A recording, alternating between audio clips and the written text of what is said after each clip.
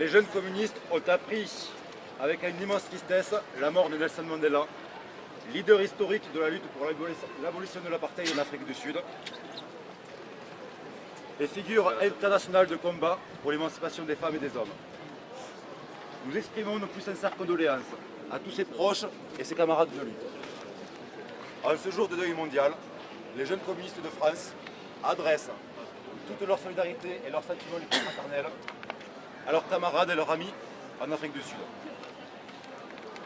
En France, le nom de Nelson Mandela résonne comme celui de l'un des plus grands combats de solidarité internationale qui ont marqué plusieurs générations.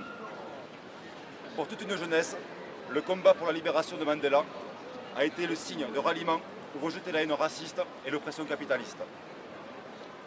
Sa disparition n'entame en rien l'actualité de son combat en Afrique du Sud comme en France.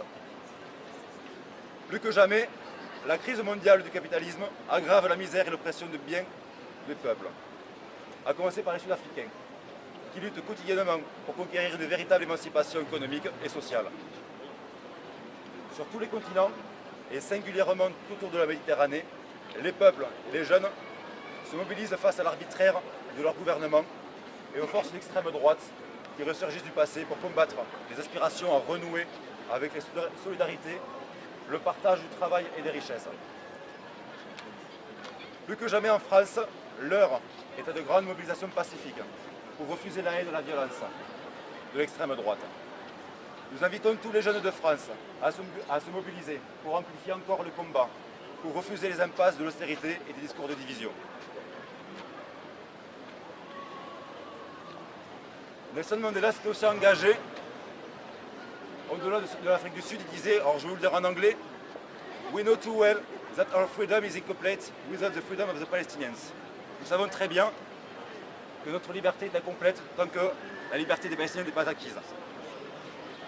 Les jeunes communistes ont été une force motrice des mobilisations en France pour en finir avec l'apartheid et libérer Nelson Mandela.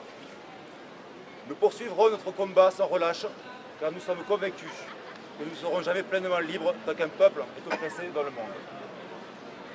Nous ne lâcherons rien jusqu'à ce que la France se mobilise pour abattre le régime d'apartheid qui s'est installé en Israël et en Palestine. Nous ferons libérer Marwan Barghouti et ferons reconnaître pour tous les Palestiniens, un État digne de ce nom. Aujourd'hui, le monde entier pleure et rend hommage à notre camarade. Tous les pays et même tous les courants politiques le saluent.